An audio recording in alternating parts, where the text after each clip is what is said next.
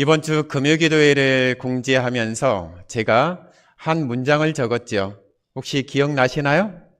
핸드폰에 아마 있을 텐데 보신 분들 이걸 그냥 지나치신 분도 있을 것이고 이게 또 무슨 말인가 또 이렇게 마음에 새기시고 계신 분도 있을 것입니다.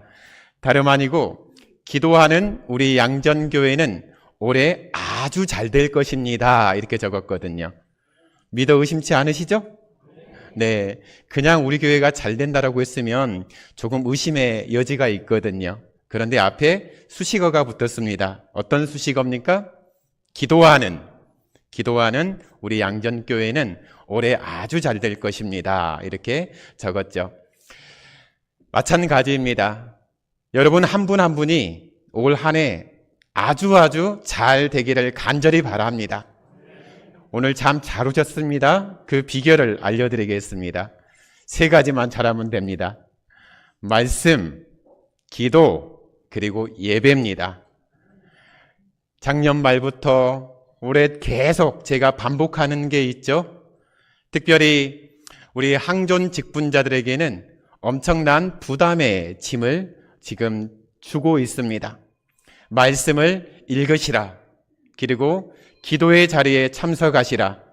그리고 주일 성수, 예배의 자리에 빠지지 마시라. 이 3가지를 계속 강조하고 있습니다. 바로 이렇게 하나님의 말씀을 우리가 읽고 묵상함을 통해서 거기서 그치는 것이 아니라 그 말씀으로 기도하는 것이죠. 기도하는 자리에서 하나님은 응답하시거든요.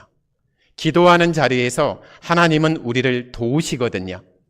그렇기 때문에 삶이 답답하고 뭘 해도 뭔가 이루어지지 않는 그런 어려움이 있다면 다른 곳 가지 마시고요. 이 자리에 나오시면 됩니다. 오늘 강구에도 필수 강구를 넣었죠. 네, 전교인 금요기도회 그리고 올싹기도회. 물론 새벽기도 매일 드립니다. 금요기도회 매주 금요일 합니다. 하지만 특별히 이 2날을 이렇게 정해서 이야기한 목적은요.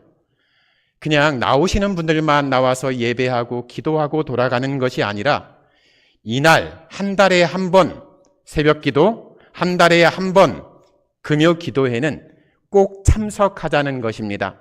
그래서 재직, 항존 직분자, 더불어서 모든 성도들이 함께 하자라는 취지에서 전교인 금요기도회로 공지했고요.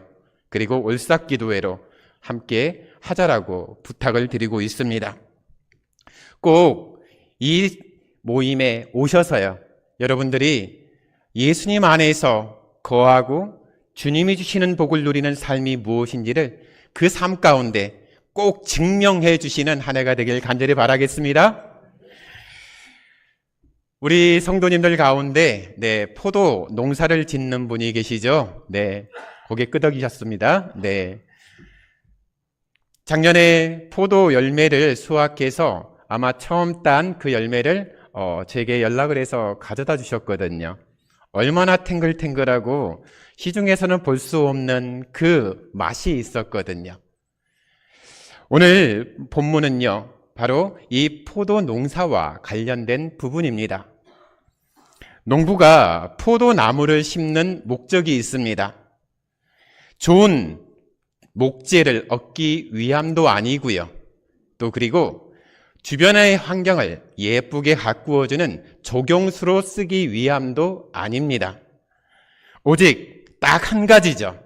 무엇입니까? 포도 열매를 얻기 위함이거든요. 좋은 포도를 얻기 위해서는 무엇을 해야 할까요? 우리 집사님이 얘기해 주시면 좋겠지만 못하실 것 같아요. 제가 대신합니다. 먼저 땅을 잘 고르고 거름도 주고요. 그리고 땅을 비옥하게 해주는 게 먼저죠. 그리고 나서 이제 나무가 자랄 때 그냥 두게 되면 계속 가지만 자라기 때문에 그때 해주는 게 있습니다. 무엇입니까? 가지치기입니다. 그리고 이제 포도 열매가 맺혀지게 되면요. 포도 열매가 무게가 상당하잖아요. 포도나무와 그 가지에 달려있기에는 조금 버거울 정도로 그 열매가 크고 무겁습니다. 그래서 포도송의 무게 때문에 가지가 부러지지 않도록 기둥을 세워주죠. 그리고 포도 넝쿨을 그 기둥 위에 기대어서 해주게 됩니다. 이건 모두 다 농부가요, 그것도 좋은 포도를 얻기 위해서 자기가 할 수 있는 최선의 역할을 하면서 부지런하게 그것을 돌보는 것이죠. 그 결과로 맛있는 포도 열매를 수확하게 되는 것입니다. 농부에게 있어서 가장 큰 기쁨이라고 한다면 물론 씨 뿌리고 그리고 여러 가지 그런 과정들을 함께하는 것도 있겠지만 가장 큰 기쁨은 열매를 수확할 때 아닙니까? 열매를 수확함을 통해서 한 해 동안 자기가 했던 농사에 대해서 보답받는 느낌이잖아요. 기쁨이 있잖아요. 오늘도 예수님은 포도나무의 비유를 통해서 우리에게 말씀하고 있거든요. 지금 여기에도 농사를 짓는 우리 성도님들이 있기 때문에 너무 잘 이해하실 거라고 봅니다. 마찬가지죠. 예수님이 포도나무의 비유를 하는 이 당시에도요, 예수님의 이야기를 듣는 청중들입니다. 제자들이 되었든 예수님의 이야기를 듣기에 모인 백성들이 되었든 그들 모두가요, 이 포도원을 가꾸는 농부가 가지를 치면서 포도나무를 돌보는 이 비유를 어렵지 않게 이해했을 것입니다. 왜 그렇습니까? 내가 살고 있는 삶이거든요. 예수님은 하나님의 나라, 하나님의 말씀의 이야기를 하실 때 어려운 이야기로 접근하지 않습니다. 우리 일상에 우리가 겪고 있는 삶의 자리에 이야기를 끌어들여서 그걸 가지고 하나님의 마음과 하나님 나라의 이야기를 우리에게 펼쳐주는 것이죠. 예수님은 스스로를 포도나무라고 이야기하면서요, 그 포도나무를 가꾸는 농부가 있는데 그 농부가 하나님이시다, 이렇게 비유하고 있습니다. 하나님은 포도를 가꾸는 농부의 역할이고 우리 예수님은 농부가 심은 포도나무가 되는 것이죠. 우리에게 하나님이 포도원의 농부가 되셨다고 하는 이것은요, 최고의 농부잖아요. 어떤 그런 경험이 쌓인 농부들도 있겠지만 하나님이 이 포도원의 농부라고 하신다면 우리는 그냥 마음 놓고 맡길 수 있지 않겠습니까? 그냥 우리는 포도원의 농부 되시는 하나님을 믿고 그냥 잘하기만 하면 됩니다. 잘 가꾸어진 토양에서 올라오는, 그리고 그 포도나무에서 올라오는 양분을 공급받으면서 건강하게 자라가고 또한 예쁘고 탐스럽고 맛있는 열매를 맺기만 하면 되는 것이죠. 그게 우리의 역할입니다. 자신을 참 포도나무라고 말씀하신 예수님께서 제자들에게 또한 오늘 우리에게요, 너희들은 가지다, 이렇게 말씀하십니다. 예수님은 제자들에게 그 이야기를 통해서 너희들이 내 안에 거하라, 이렇게 명령하고 있습니다. 말씀드렸습니다. 권유하는 것이 아니라 명령을 하고 있다고요. 권유라는 것은 저 사람이 할 수도 있고요, 하지 않을 수도 있어요.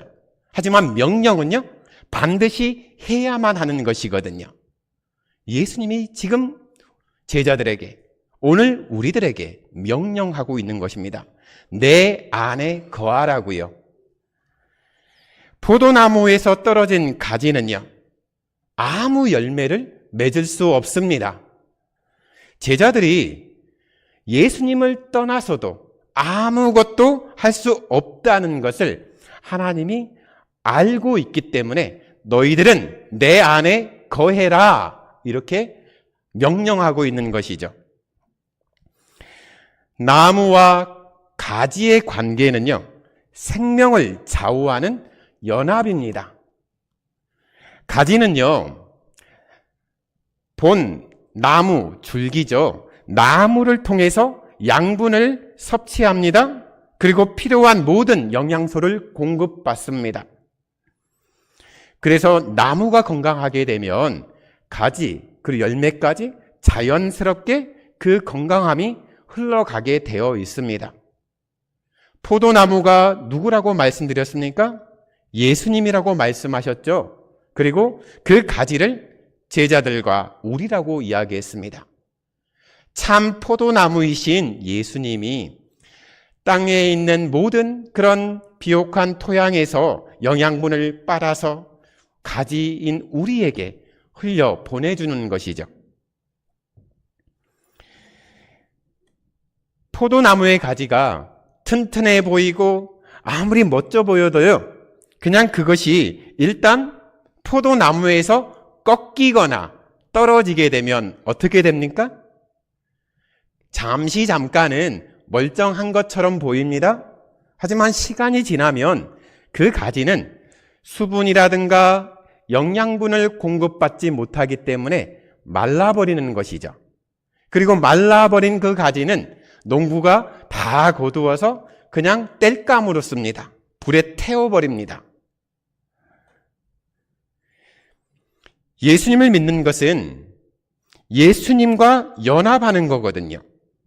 그리고 예수님의 생명을 공급받는 겁니다. 우리가 이 땅에 태어날 때 어머니 뱃속에서 10개월의 시간을 머문 이후에 태어나지 않습니까? 그때 어떤 상황입니까? 태중에 있는 아이와 그리고 산모는 하나로 연결되어져 있습니다. 그래서 산모가 잘 먹어야지 태중에 있는 아이가 양분을 잘 공급받아서요, 여러 기능들이 건강하게 자리 잡게 되는 것이죠. 우리가 예수님 안에 거한다는 것은 이와 같습니다. 예수님과 연합한다는 것은 예수님 안에 거한다는 겁니다. 그리고 예수님으로 말미암아 힘과 능력을 공급받습니다. 결국 그에 따라서 선한 열매를 맺습니다. 예수님을 몰랐던 이전에는요, 그냥 자기 힘으로 열매를 맺느라 힘을 썼겠지만, 이제는요, 예수님 안에 거하기 때문에 예수님의 힘과 능력으로 아름다운 열매를 맺을 수 있습니다. 우리가 할 역할은요, 그냥 예수님 안에, 그냥 예수님 꼭 붙들고만 있으면 됩니다. 다른 거 필요 없어요. 그것만 꼭 붙들고 있으면 나머지는 하나님이 다 하시는 거거든요. 제가 연초에 들어서 계속 강조하는 부분이 있습니다. 말씀 읽읍시다. 그리고 기도합시다. 예배 빠지지 맙시다. 바로 우리가 할 일이거든요. 교인의 의무이고 책임입니다. 마땅히 해야 할 것이죠. 그래야지 우리가 살거든요. 그냥 우리 육체가 사는 데서 그치는 것이 아니라 내 영이 살 수 있기 때문에 말씀을 보라, 기도하라, 예배를 빠지지 말고 참석하고 주의를 지키라 강조하는 것이죠. 그래야지 하나님의 능력과 힘을 공급받을 수 있습니다. 우리가 아무리 잘났다고 한들 우리 힘만으로 살 수 있는 세상은 아니지 않습니까? 혹시라도 여기에 저는요, 통장에 돈도 많고요, 사회적인 영향력도 있고요, 또 제가 능력도 있어요. 그런데요, 하나님이 여러분이 가지고 있는 것 가운데 한 가지만 탁 치시잖아요? 그러면 모든 것은 수포로 돌아갑니다. 아무리 여러분들이 가졌다라고 의기양양할 수 있겠지만 하나님이 여러분의 건강을 주시면요, 쓸모가 없어져요. 아무것도. 하나님이 우리를 지켜주시지 않으면 아무 의미가 없다는 겁니다. 선한 열매는요, 우리가 노력해가지고 우리의 능력으로 이루어지는 것이 아니라 우리가 하나님 안에 거할 때 자연스럽게 따라오는 겁니다. 우리가 예수님께 붙어 있기 위해서 말씀을 통해서 하나님의 마음을 알게 되는 것이죠. 기도를 통해서, 그 간절한 기도를 통해서 하나님을 매달리는 것이죠. 그리고 예수님의 말씀을 의지하면서 살아가는 겁니다. 오늘 4절의 말씀을 보면서 젖붙이기 장면이 떠올리지 않습니까? 나무에 젖붙이는 작업이죠. 요즘 이제 귤과 관련된 그런 이제 계절이 돌아왔습니다. 맛있는 귤들이 나오고 또 천혜향이 오고 또 다른 것들이 있지 않습니까? 제주 농가를 보게 되면 뭐 한라봉이 됐든 천혜향이 됐든 그냥 한 귤나무에서 그냥 그것만 농사 짓는 게 아니라요. 다른 나무의 묘목과 젖붙이기를 통해서 새로운 품종을 만들지 않습니까? 그리고 그러한 실험을 통해서 맛있는 당도가 높은 새로운 또 제품을 출시하게 되어집니다. 그래서 여러 가지 뭐 제주 밀감이 됐든 천혜향이 됐든 또 뭐 다른 게 또 있었던 뭐 레드향이 됐든 뭐 다양하게 있지 않습니까? 그런 식으로 젖붙임을 통해서 아름다운 열매들을 맺어가는 것이죠. 좋지 않는 가지라 할지라도 좋은 나무에 젖붙여 주잖아요. 그러면 좋은 열매를 맺을 수 있습니다. 자기가 잘나서 그런가요? 아니요.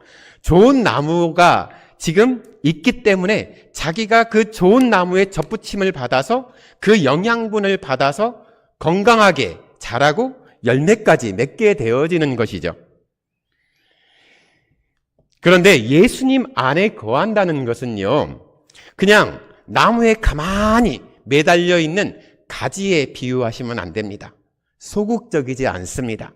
만약에 가지를 젖붙이기 했는데요, 그 가지가 양분을 받을 마음이 없는 거예요. 그리고 그냥 자기 독단적으로 그냥 살겠다 하게 되잖아요. 그러면 결국 그 가지는요, 죽게 되어져요. 우리가 유전학적인 그런 부분들에서 보게 되면 젖붙였는데 그 젖붙임이 실패하는 경우가 있거든요. 서로 뭐가 안 맞아요. 그래서 결국은 그 가지를 폐기하죠. 가지가 살 수 있는 것은 온 나무에 젖붙였을 때 잘 정착을 하는 겁니다. 그리고 영양분을 공급받고 그리고 그렇게 자라면서 이제 한 몸이 되어지는 것이죠. 그때서 비로소 이번 젖붙인 가지는 성공했다. 그렇게 평가를 내리지 않습니까? 예수님은 내 안에 거하라. 나도 너희 안에 거하리라. 이렇게 말씀하셨습니다. 그리고 그가 내 안에, 내가 그 안에 거하면 이렇게 하겠다 말씀하셨습니다. 우리 안에서 역사하시는 성령님이 계시거든요. 그리고 예수님의 명령에 순종하는 제자들과 우리들이 있습니다. 성령님의 사역도 적극적이고 역동성이 있습니다. 또한 말씀에 순종하는 우리도 적극성이 있어야 되고 역동감이 있어야 되는 것이죠. 그래야지 아름다운 열매를 맺을 수 있기 때문입니다.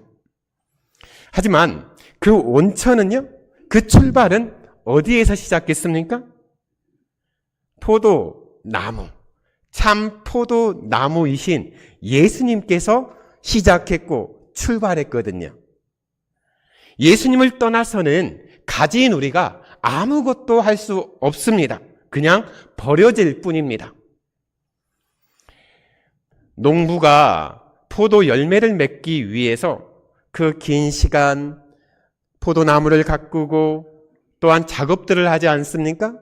그런데 정작 수확의 계절이 왔는데 그 포도나무에서 열매가 열리지 않았다. 그러면 그 나무는 그 농부에게 어떤 마음을 줄까요? 배신감이죠. 내가 그렇게 힘들게 농사 지었는데 이 나무가 포도 하나 제대로 맺히지 못하네. 얼마나 배신감이 들겠습니까? 포도나무 가지 입장에서는 핑계를 댈 거거든요. 날씨가 좋지 않았다. 땅이 비옥하지 않아서. 그리고 자기가 그렇기 때문에 포도 열매를 맺지 못했다. 이렇게 핑계를 댈 수도 있습니다. 물론 농사라는 게 농부의 마음대로 되지 않잖아요. 자연 그리고 환경의 영향을 받기 때문에 그 핑계도 어느 정도는 통하거든요. 그런데 오늘 예수님께서는요, 분명하게 못을 박았습니다. 포도원의 농부가 누구시라고요? 하나님이시라고요. 그리고 포도나무가 예수님이시고 가지가 우리들이라고요. 분명하게 설정을 하고 말씀을 이어가셨거든요. 천지 만물을 주관하시는 하나님이 실수하실 리가 있을까요? 없습니다. 자연 만물을 창조하시고 주관하신 하나님이 어떻게 실수가 있겠습니까? 그렇기 때문에 하나님이 농부로 있는 그 포도나무의 가지는요, 열매가 맺혀져야 되는 게 당연한 겁니다. 모든 것은 가지, 바로 우리들이 선택한 결과거든요. 내가 말씀을 읽어야 되는데 말씀을 읽지 않아요. 내가 기도해야 하는데 기도하지 않아요. 내가 예배에 와서 하나님을 예배해야 되는데 예배 오지 않아요. 그러면 그 이후에 일어나는 일에서 땅이 비옥하지 않아서, 말씀의 은혜가 없어서, 그리고 교회 왔는데 저 사람 꼴 보기 싫어서 핑계를 대는 것이거든요. 아니죠. 자기가 선택한 결과거든요. 우리는 직장일이 바빠서, 세상 살기가 힘들어서 등등 많은 이유를 찾아냅니다. 우리가 어떤 일을 아무리 열심히 일한다고 해도 그것이 예수님과 관계없는 일이잖아요? 그러면 가치가 없습니다. 그리고 의미도 없습니다. 이걸 깨달아야 합니다.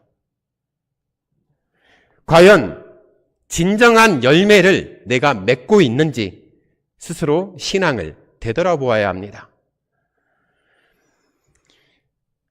가지가 힘을 쓰고 애를 쓴다고 열매가 맺혀지지 않는다고 말씀드렸습니다. 가지가 열매 맺을 수 있는 방법은 나무에 꼭 붙어 있는 거예요. 그리고 꼭 붙어 있고 내가 아무것도 안 먹겠다 입 다물고 있는 게 아니라 내가 어떻게든 이 나무에서 영양분을 받아 살아야 되겠다는 적극적인 의지가 있어야 되거든요. 그래야지 그 가지가 살 수 있잖아요. 포도나무의 가지인 여러분들이 살 수 있는 방법은 무엇입니까? 은혜를 받아야 되잖아요.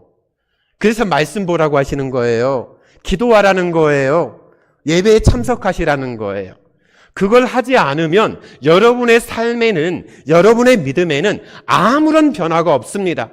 하나님이 복을 주시고 싶어도 복을 받을 수가 없습니다.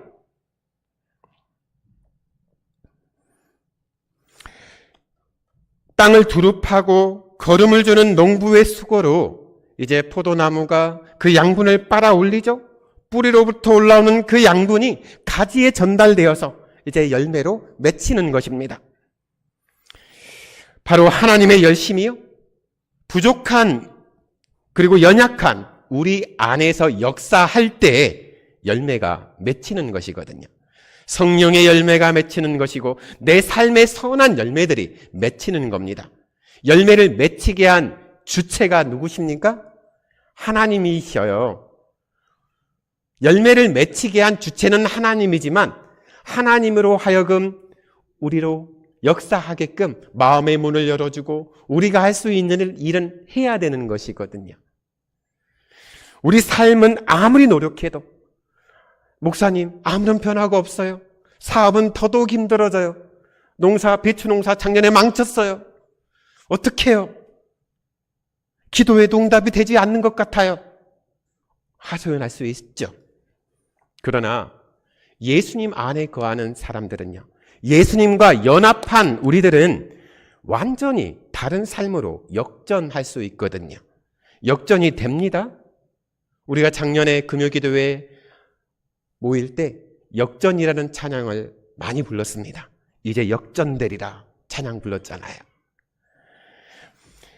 많은 그리스도인들이 신앙의 열매가 됐든 그 삶의 열매가요, 자기가 열심을 내서 이룬 결실이라고 생각합니다. 착각입니다. 열매는요, 우리의 어떤 행위를 통해서 얻는 결과물이 아닙니다. 예수님과 생명의 관계를 맺었기 때문에 자연스럽게 열매 맺는 상태거든요. 가지는 나무에 붙어 있어야 돼요. 그 역할입니다. 우리가 예배드리고 기도하고 말씀 보는 그게 가지에 붙어 있는 역할이거든요. 예수님 안에 거한다는 삶이라는 것은 예수님의 말씀이 우리 안에 거한다는 것과 같은 표현입니다. 예수님의 말씀이 우리 안에 거할 때요, 우리는 하나님의 뜻을 올바르게 깨달을 수 있습니다. 이와 동시에 예수님 안에 거하는 삶이라는 것은 기도하는 삶이거든요. 말씀이 내 안에 있어요. 내가 수시로 말씀을 읽고 묵상하게 되면 그 말씀이요, 우리를 이끌어가는 곳이 있거든요. 기도의 자리로 이끌어 가시거든요. 우리 안에 있는 말씀을 붙잡고 우리의 소원을 구하는 것입니다. 예수님 안에 있으면 내가 원하는 것을 구하지 않아요. 말씀을 묵상한 사람은 자기 욕심으로 또 자기 생각으로 구하지 않거든요. 말씀을 통해서 하나님이 기뻐하시는 것, 그리고 하나님이 약속하신 것을 근거로 하나님 이렇게 말씀하셨잖아요. 하나님 제 삶에 이 말씀이 이루어지게 주님 도와주세요. 그렇게 기도하는 거거든요. 그냥 앞뒤 아무것도 없고 하나님 빨리 로또 당첨시켜 주세요. 하나님 빨리 저에게 이거 해주세요. 승진시켜 주세요. 그 기도는 응답될 리 만무합니다. 절대 응답 안 됩니다. 항상 말씀은요, 내가 하나님 앞에 엎드리게 하거든요. 마음을 열고 하나님이 나에게 무엇을 원하시는지, 그리고 하나님이 나에게 어떤 약속을 하셨는지 직접 보게 하시거든요. 약속을 알고 약속을 확인하게 되면 확신이 들거든요. 그 확신을 가지고 내가 하나님 바짓가랑이를 잡고 기도하는 거거든요. 하나님 이렇게 약속하셨잖아요. 이렇게 말씀하셨잖아요. 하나님 도와주세요. 하나님이시잖아요. 그 기도가 능력이 있는 기도고 그 기도가 응답받는 기도이죠. 혹시라도 지금 삶이 흐트러져 있다면, 특별히 신앙인으로서 내가 말씀 한 구절도 안 본다, 심지어 나는 기도도 안 한다, 그리고 주일도 내가 어쩌다 한번 내가 의리로 한번 참석해 주지, 주일은 그냥 내가 쉬는 날이다, 그런 생각을 가지고 있으면 빨리 회개하시기 바랍니다. 빨리 돌아오세요. 빨리 돌아오셔서 내가 해야 할 기본적인 책임, 의무를 하시기 바랍니다. 그때 내가 그리스도인이다, 내가 신앙인이다, 내가 하나님의 자녀다, 이렇게 말할 수 있는 것이죠. 아무리 내가 교회에 등록을 해놔도요, 예배도 참석 안 하고 기도도 안 하잖아요. 그러면 흔히 그 사람들을 가리켜서 어떻게 해야죠? 가짜라고요. 가짜. 그렇게 평가를 합니다. 예수님의 말씀이 여러분 삶의 중심이 되잖아요. 그러면 그 말씀으로 소망이 생겨나거든요. 주중에 권사님의 장례가 있었습니다. 우리 유가족분들도 이 3일의 장례 가운데 여러 번 예배를 드리지 않았습니까? 그때마다 제가 이야기했던 포인트가 무엇이었습니까? 이 땅의 삶이 끝이 아니라 시작이라고요. 하나님 나라에 들어가는 그 시작이라고 말씀을 드렸거든요. 하늘의 소망을 가지고 살아가시라고, 예수님을 꼭 만나시라고 그렇게 부탁하지 않았습니까? 우리는 인간적인 생각과 욕심으로 기도해서는 안 됩니다. 말씀 안에서 구할 때 우리 삶에 열매가 맺혀지고요. 기도가 응답되어집니다. 과실나무는 열매를 맺을 때 쓸모가 있습니다. 포도나무는 여러분들이 보시면 알겠지만요, 굉장히 약합니다. 심지어 바르게 이렇게 솟아있는 게 아니라 굽어져 있거든요. 볼품이 없어요. 그런데 그 나무는 뭐 건축 제목으로 쓸 수도 없는 상황이거든요. 기껏 해봤자 그냥 불쏘시개 땔감으로는 쓸 수 있겠죠. 하지만 포도나무가 아름다운 이유는 있죠. 포도가 열리잖아요.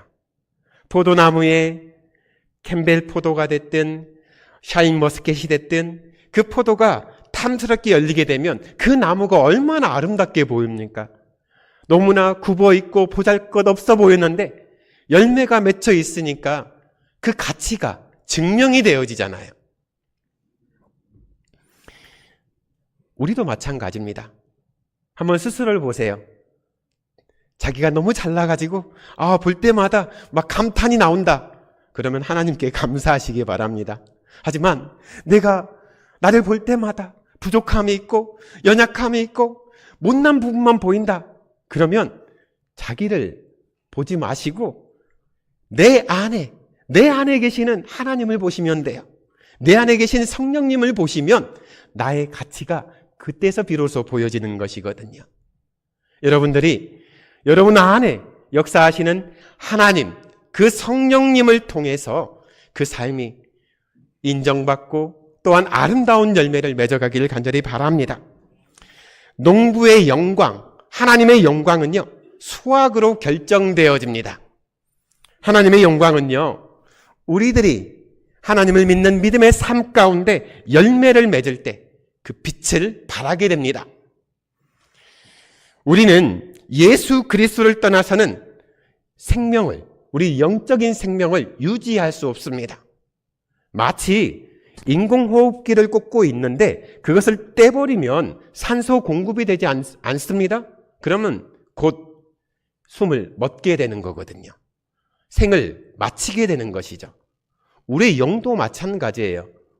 우리가 말씀과 기도와 예배로 하나님 안에서 그 숨쉬지 않으면요, 우리 영이 죽거든요. 참 포도나무 그 가지는요, 붙어 있어야만 살 수가 있어요. 여러분들은 이전에는 자기 마음대로 살았을 수 있습니다. 하지만 여러분들이 예수님을 나의 주님으로 모신 그 순간부터는요, 이제 여러분들은 여러분 마음대로 살아가는 삶이 아닙니다. 하나님 안에서 하나님의 자녀로 하나님의 말씀과 계획에 따라서 살아가는 삶으로 변화된 것이죠. 그때서 여러분은 진정 하나님의 자녀의 특권을 누릴 수 있을 뿐만 아니라 하나님이 기뻐하시는 열매를 맺을 수 있습니다. 이것이 바로 영적인 연합입니다. 바로 지금은요, 우리 예수님과 연합을 할 때입니다. 우리는요, 주님과 연합을 할 때 살 수 있어요. 우리에게 확 다가오는 말로 여러분들이 예수님 안에 있을 때 복을 받을 수 있습니다. 예수님 안에 있을 때 기도가 응답받습니다. 예수님 안에 있을 때 여러분들이 마음의 평안을 누립니다. 어떨 때요? 예수님 안에 있을 때, 예수님과 연합할 때 우리가 누릴 수 있다는 겁니다. 예수님의 십자가 죽으심이 나의 죽음이 되는 것이고요. 예수님의 부활이 나의 부활이 될 때 예수님의 거룩함으로 우리도 거룩해지는 겁니다.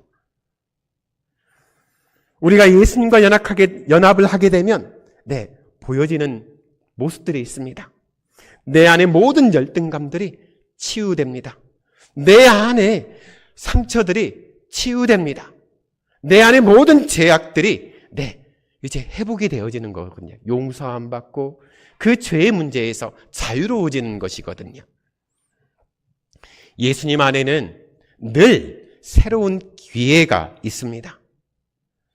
우리가 늘 변함없는 이 현실 앞에서요, 해도 안 돼. 해봤자 아무 소용없어. 이렇게 절망할 때요. 믿음 있는 사람은, 예수님이 그 안에 있는 사람은 예수님께서 새 길을 여시거든요. 사막에 강을 내시며 길을 내시는 하나님께서 여러분의 삶을 인도하시거든요. 지키시거든요. 그렇기 때문에 예수님을 바라보십시오. 방법 3가지 말씀드렸습니다. 첫 번째 뭐 하라고요?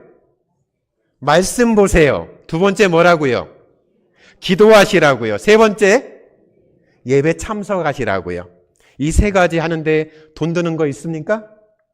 혹시 뭐 이거 안 한다고 해서 뭐 집에 가는 길목에서 뭐 갑자기 천둥이 떨어져 가지고 이렇게 뭐 생명의 위협을 받습니까? 그런 위협 전혀 일어나지 않습니다. 주일 빼먹고 여행 가도 전혀 탈 없어요. 단 눈에 보이지 않는 영혼이 죽어가요. 그리고 결국 내가 예수님께 양분을 받고 복을 받아야 되는데 그 통로가 막혀요. 혈관이 막히면 어떻게 되죠? 몸이 마비돼요. 결국은 죽게 되거든요. 여러분, 저는 여러분들이 죽지 않기를 바랍니다. 여러분의 영이 마비되지 않기를 바랍니다. 여러분들이 건강함으로 주어진 삶의 자리에서, 가정에서, 그리고 섬기는 이 복된 양전 공동체 안에서 그 풍성한 복을 누리시길 주님의 이름으로 축원합니다.